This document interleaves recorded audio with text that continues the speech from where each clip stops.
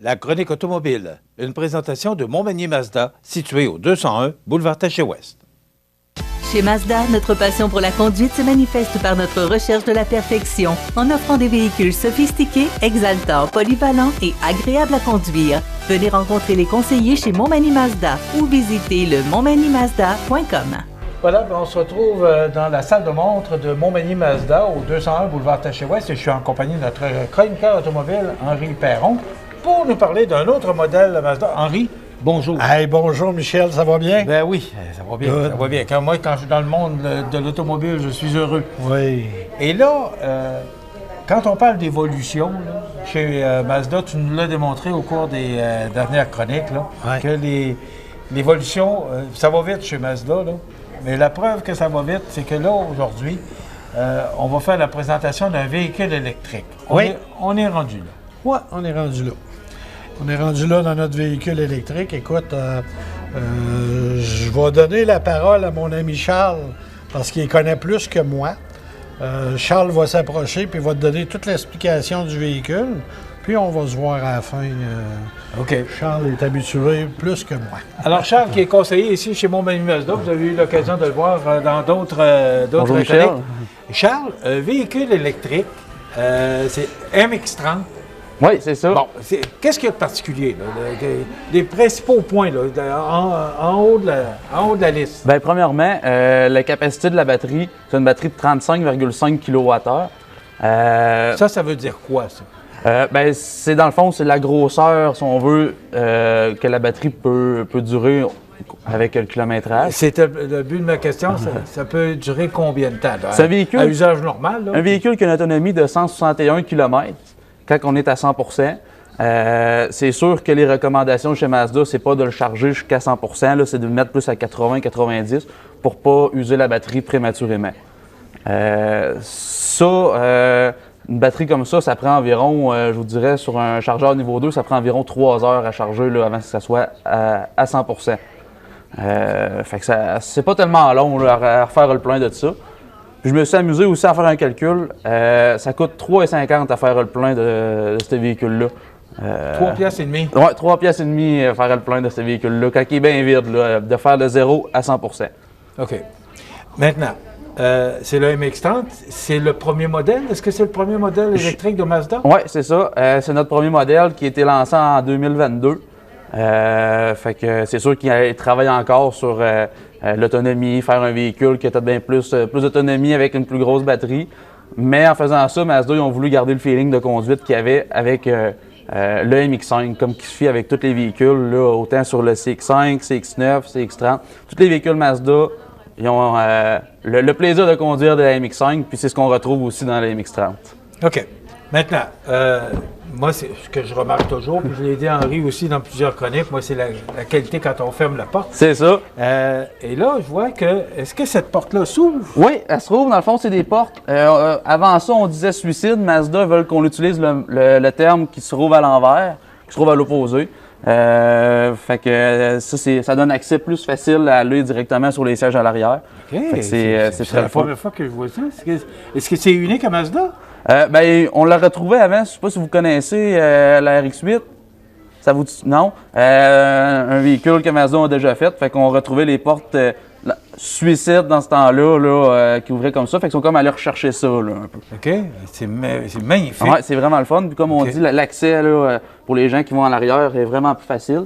J'ai même aussi des petits boutons. Là, je ne sais pas si on va bien le voir ici pour pouvoir avancer le siège là, pour les gens en arrière. Fait que ça, c'est vraiment le fun. Je peux avancer comme ça. OK. C'est quand même bien pensé. Oui. Alors, c'est pour faciliter l'accès aux passagers à l'arrière. C'est ça, exactement. OK. Exactement. Maintenant, là, je viens de voir tes sièges sont électriques. Oui. Quel équipement que tu retrouves en même temps sur les MX-30? Lui, c'est un GT. Fait que c'est notre full équipé. On va retrouver surtout une caméra à l'avant, la carte de navigation, la climatisation. Qu'est-ce qui est différent sur les autres véhicules? C'est que c'est tout sur un écran tactile de 7 pouces sur ce véhicule-là, au lieu d'être des commandes là, avec des roulettes qu'on tourne ou comme on est habitué. C'est vraiment tactile sur ce véhicule-là, fait que c'est différent aussi. Sinon, au niveau de l'équipement, là, on en retrouve siège chauffant, volant chauffant, comme on disait tantôt, siège électrique. Celui-là, il y a les sièges là, bruns. Fait que ça va chercher là, un côté très chic aussi à l'intérieur. Fait que c'est vraiment beau. C'est vraiment un magnifique véhicule. Ouais. Ben moi, ce que je trouve beau, c'est les portes là, qui s'ouvrent de cette façon-là. Puis on voit vraiment tout l'intérieur du véhicule quand il est ouvert comme ça. C'est vraiment beau. Ouais. Maintenant, si on regarde le coffre arrière, Oui! est-ce qu'on dit encore, Charles, modèle hatchback? Est-ce que c'est encore ce qu'on utilise? Parce que c'est un peu ça. Oui, c'est ça, exactement. C'est sûr que dans toutes nos VUS, c'est pas mal tout des hatchbacks maintenant. Fait que c'est pas mal le principe d'un VUS, là, c'est pas mal hatchback tout le temps. Fait que l'espace dans le coffre. Puis aussi, là, on a la petite recharge qu'on peut mettre sur le 110 qui vient avec le véhicule. Fait que si des fois on est mal pris, là, on peut toujours recharger le véhicule avec tout ce fil-là. Le fil électrique Ouais. pour pouvoir... C'est ça, pour pouvoir le charger. Puis ici, j'ai... OK. Donc ça, c'est pour compris dans rentrer. l'achat du véhicule. C'est ça. Puis OK. pour faire la recharge du véhicule, là, c'est juste ici. Fait que dans le fond, je rentre là, on va dire notre petit gun, là. On Ouais. le rentre directement dans le trou ici. Puis après ça, ben, pour la charge rapide, il faut mettre la prise ici aussi. Et ça, on peut charger ça n'importe où, à la maison ou encore... Oui, c'est sûr qu'avec le chargeur ici, c'est plus facile vu que tout le monde a une prise comme ça à la maison.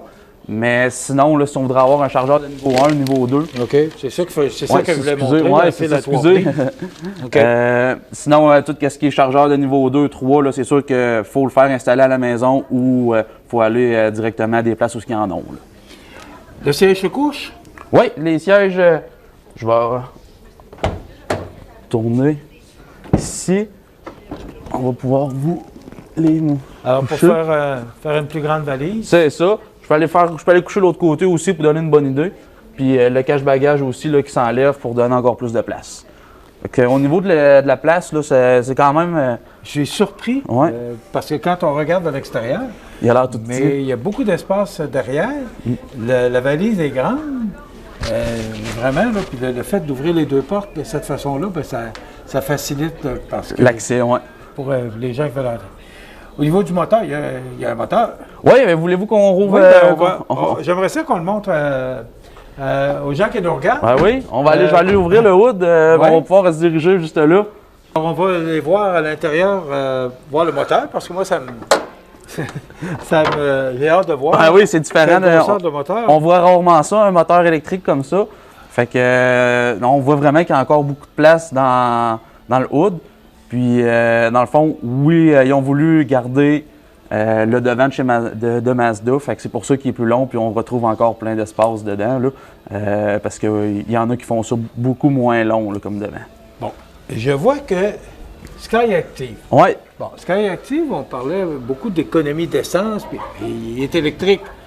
Alors, Lui, pourquoi Skyactiv? c'est la nouvelle génération, il s'appelle le e-Skyactiv.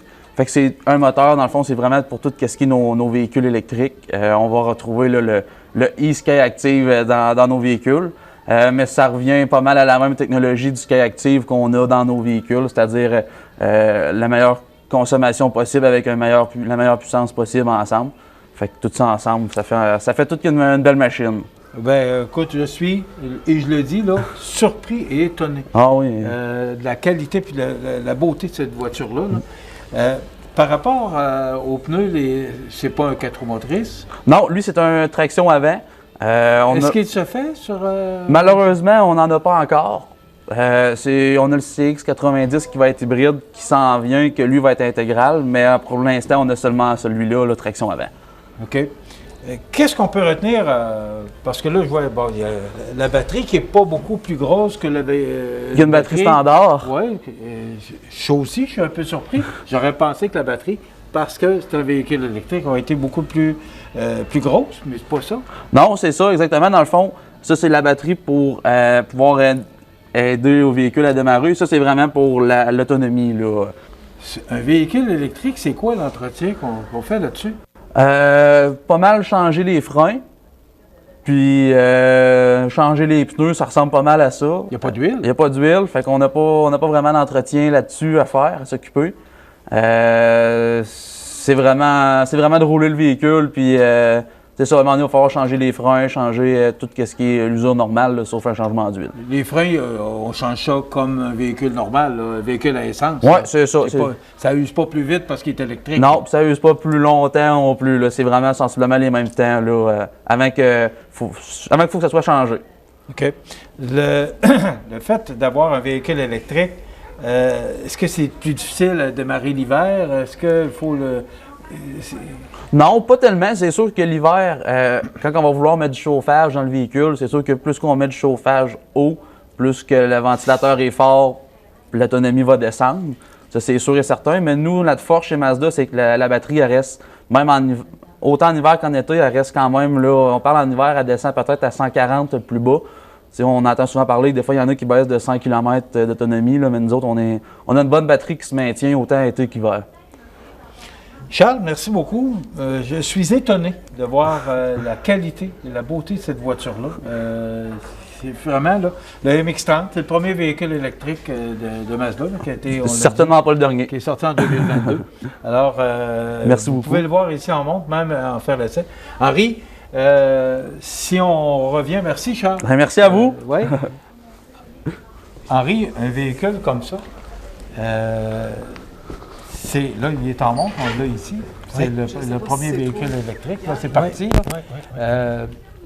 Est-ce que, parce que là, on parlait d'hybride, est-ce que les hybrides s'en viennent aussi? Les hybrides s'en viennent. Écoute, j'ai un modèle qui s'en vient, le CX90, qui va être hybride, qui est d'une grosseur environ du CX9 dessus, en grosseur. Puis il ne faut pas se cacher que je vais avoir 2 motorisations.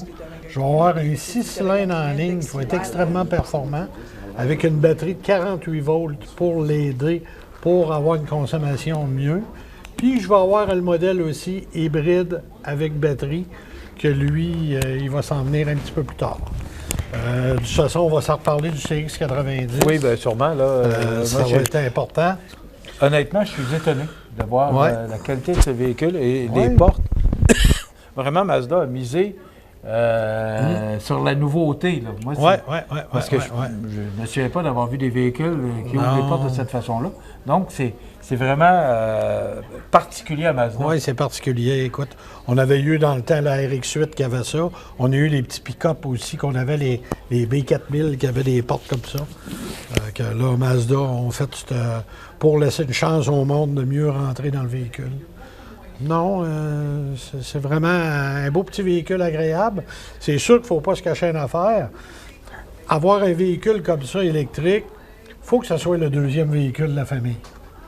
Tu sais, pour faire les petites commissions alentour, pour faire... Tu sais, ça a une autonomie de 161 kg.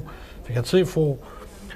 Puis on dit que normalement, 75 % du monde roule moins que 100 kg par jour.